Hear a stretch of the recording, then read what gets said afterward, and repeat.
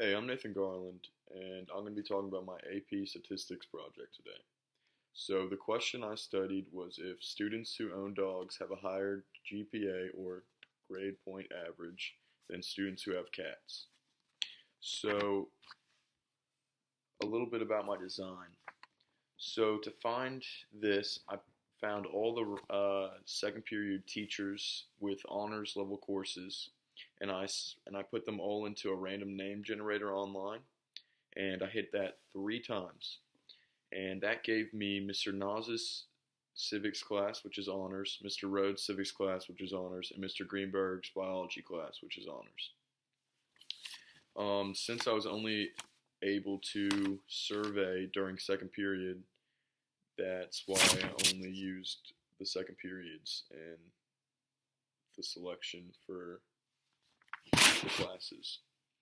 Then, whenever I would go to their classes, I would walk in and present myself, and I would say the same statement every time.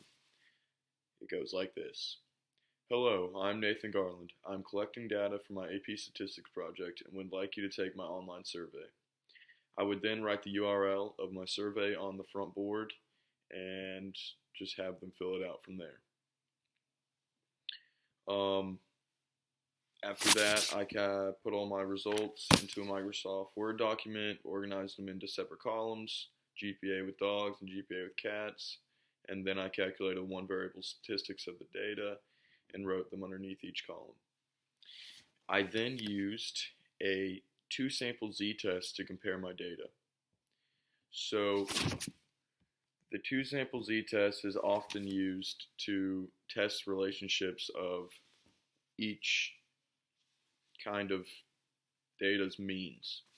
It's basically just comparing the averages, which for GPAs is a good tool.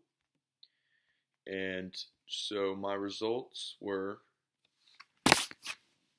that I resulted with a p-value of 0.034. I then took this value and compared it to my alpha value of 0.05.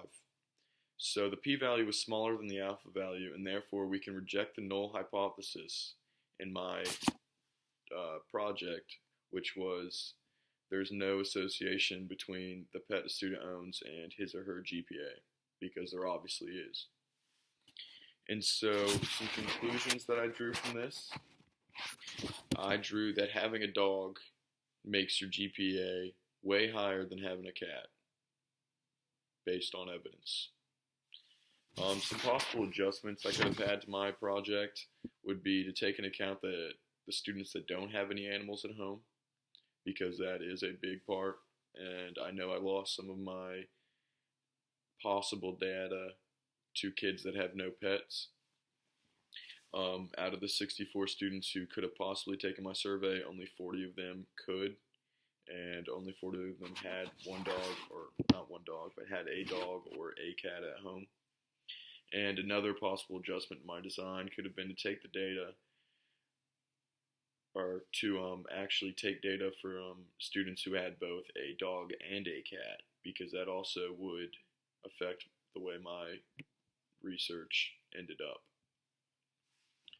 Thank you for listening, and that is my project.